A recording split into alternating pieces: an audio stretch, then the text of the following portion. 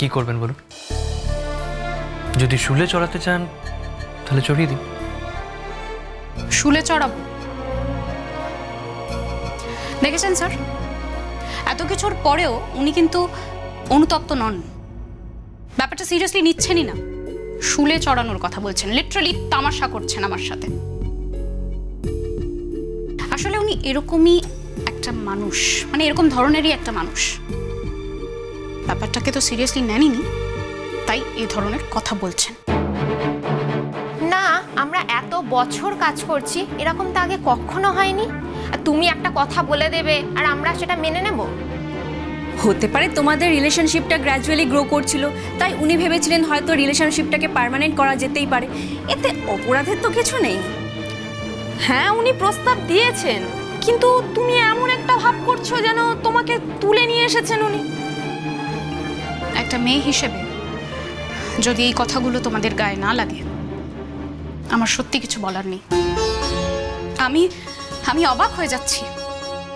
আমার সত্যি প্রবলেম হচ্ছে, আমার গায়ে লাগছে, সেই জন্য আজ আমি কথাগুলো তোমাদের প্রত্যেকের সামনে বললাম।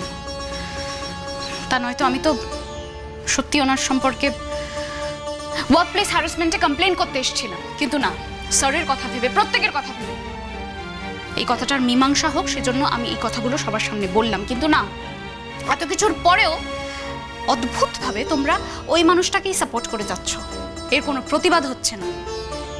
আমায় কেউ বুঝতেই চাইছে না আমি কথাগুলো কেন বলছি। অবাক হয়ে যাচ্ছি। আমি সত্যি খুব লজ্জিত। একটা মেয়ে কি এটুকু সম্মানও পেতে পারে না?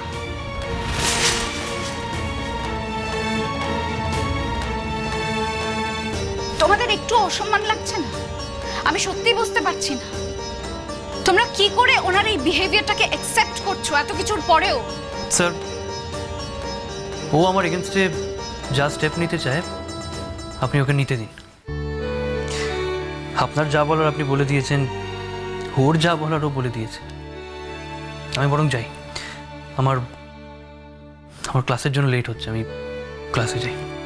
সে তুমি ক্লাসে যাও, কিন্তু অর্জুন, তুমি যেটা করেছো সেটা মোটেই ঠিক করোনি। আমার এইটাই তোমাকে বলার ছিল। বুঝতে পেরেছি স্যার, আর তাই জন্যই আমি আপনার কাছে, ইনফ্যাক্ট আপনাদের সবার কাছে ক্ষমা চাইছি। আর কখনো আমার জন্য আপনাকে এভাবে এম্বারেসড হতে হবে না, অসম্মানিত হতে হবে না, সেই গ্যারান্টিটা আমি আপনাকে দিচ্ছি। আপনার গ্যারান্টির কি দাম আছে? কোনো দামই তো নেই। স্যারের নাম করে মিথ্যে কথা বলে আমাদের বাড়িতে অভিনন্দন জানাতে গিয়েছিলেন, ফুল নিয়ে গেছিলেন, মনে আছে? ছি ছি ছি, আপনার এতটুকু সংকোচ বোধ হয়নি? আমার মেজো জেঠুকে পটাচ্ছিলেন। আসলে যে আপনি একটা ক্রিমিনাল মাইন্ডেড লোক নয় তার কি গ্যারান্টি আছে? This is too much. তুমি কিন্তু খুব বাড়াবাড়ি করছো। একটা সামান্য ব্যাপার নিয়ে এতটা এগোনো ঠিক না কিন্তু। আরে আমরা তো বলছি, উনি তো তোমাকে অপমান কিছু করেননি। তোমার বাড়িতে একটা বিয়ের প্রস্তাব রেখেছে, এই যা। আর শোনো, বাড়িতে না এরকম একটা বিবাহযোগ্য মেয়ে থাকলে এরকম প্রপোজাল অনেক আসে। তোমার যদি বাইরে থেকে এরকম প্রপোজাল আসতো, তুমি কি তার সাথে কোমর বেঁধে এরকম ঝগড়া করতে যেতে? বাইরে কোথাও থেকে প্রস্তাব এলে আমি তো তখন তাকে চিনতাম না, সেজন্য আমার কোনো মাথা ব্যথা থাকতো না, আর তাই আমি কোনো কিছুই বলতাম না। কিন্তু এক্ষেত্রে যার সঙ্গে আমার দুবেলা দেখা হচ্ছে, যাকে আমি চিনি, ওয়ার্ক প্লেসে সে আমায় অন্ধকারে রেখে বাড়িতে আউট অফ নোওয়্যার হঠাৎ করে আমার বিয়ের প্রস্তাব পাঠাচ্ছে, এটা তো একটা অন্যায়, অধর্ম, এটা একটা ক্রিমিনাল অ্যাক্টিভিটি। আমি শুধু সেটাই বলেছি। এনাফ ইজ এনাফ, চলো।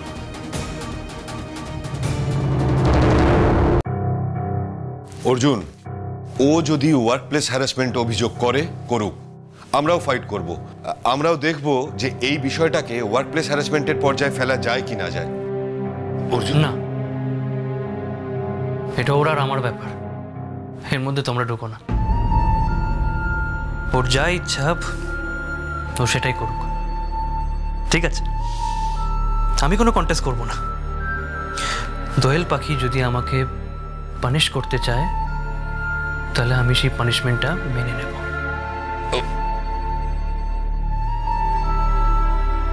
আসি স্যার। এসো।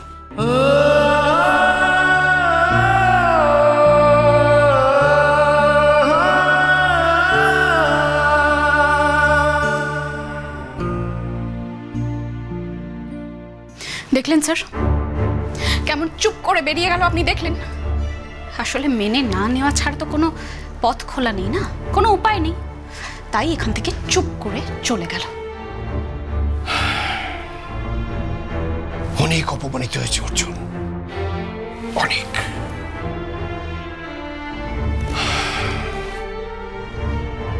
অর্জুনকে যে জীবনে কেউ এত অপমান করতে পারে সেটা আমরা কোনোদিন ভাবিনি। অপমানিত হওয়ার পথ তো নিজেই খুলে দিয়েছে, তাই অপমানিত হল, কি আর করা যাবে? এখন তো নিজেই বলে গেল তোমার যা করার তুমি তা করতে পারো, আর তো কিছু বলার নেই। দেখো, আমার অন্য একটা মিটিং আছে, আমাকে একটু শিক্ষা দপ্তরে যেতে হবে। আপনি কি আমার উপর রেগে গেলেন স্যার?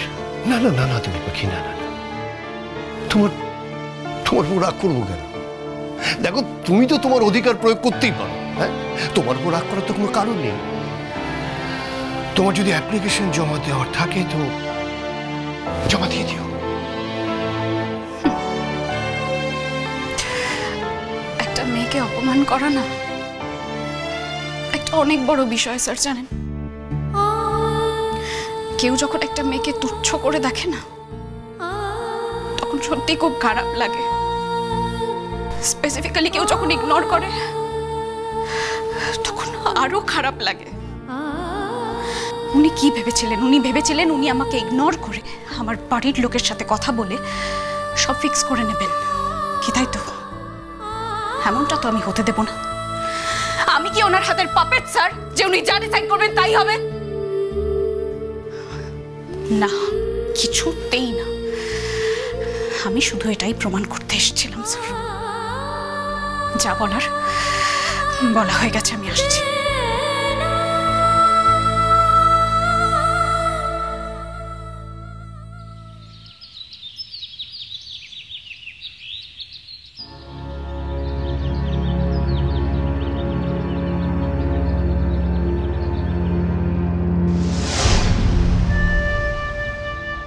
কি ব্যাপার গুনগুন? আমাকে দেখে তোমরা হঠাৎ চুপ করে গেলে? সবাই তো ভালোভাবেই কথা বলছিলে। আমি বুঝতে পারছি না আমি কি এমন করেছি যার জন্য তোমরা প্রত্যেকে আমার সাথে এরকম বিহেভ করছো। সাজি, তুমি কি সত্যি আমাদেরকে নিজের মনে করো? যদি তুমি সত্যি আমাদেরকে নিজের মনে করতে না, তাহলে আমরা যেটা বলতাম সেটা তুমি শুনতে, আমাদের কথা রাখতে, কিন্তু তেমনটা তো হয়নি। ঠিকই বলছো গুনগুন। তাছাড়া সাজি, মেজকাকে তুই এতটা কষ্ট দিয়েছিস, মানে তুই ভাবতেও পারবি না মেজকা কতটা অভিমান করেছে। কি আশ্চর্য! আমি কি করলাম?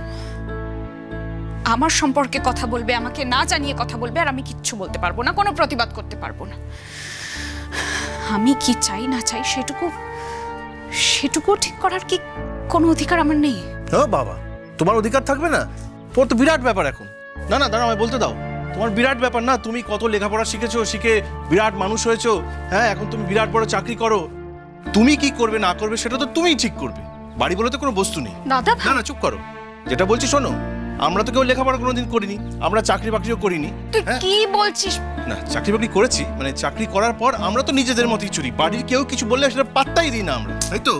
চুপ! বাড়ির সমস্ত লোক আমাদের ওপর যা খুশি তাই বলতে পারবে, তারা শাসন করতে পারবে, শুধু তুমি একটা সাংঘাতিক জিনিস, তোমায় কেউ কিছু বলতে পারবে না, তাই তো? তোরা সবাই মিলে এই বিষয়টাকে এভাবে কেন দেখছিস আমি তো সেটাই বুঝতে পারছি না।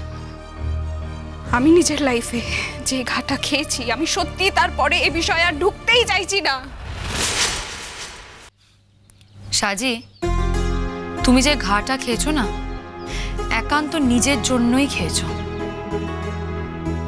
তুমি যে ঘাটা যে ছেলেটা থেকে খেয়েছো সাজি, সেই ছেলেটাকে কিন্তু তুমি সিলেক্ট করেছিলে।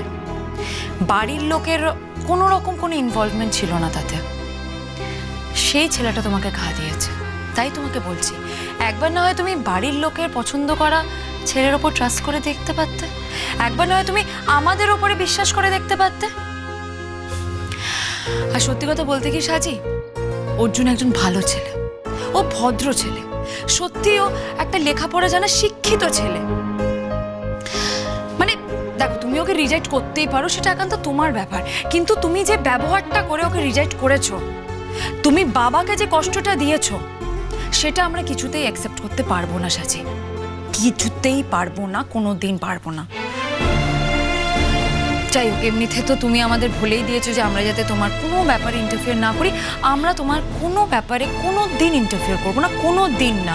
কিন্তু বাবাকে তুমি যে কষ্টটা দিয়েছো না সাজি, সেটা হয়তো তুমি ভাবতেও পারছো না। আর সত্যি কথা বলতে আমাদেরও খুব খারাপ লেগেছে সাজি, খুব খারাপ লেগেছে।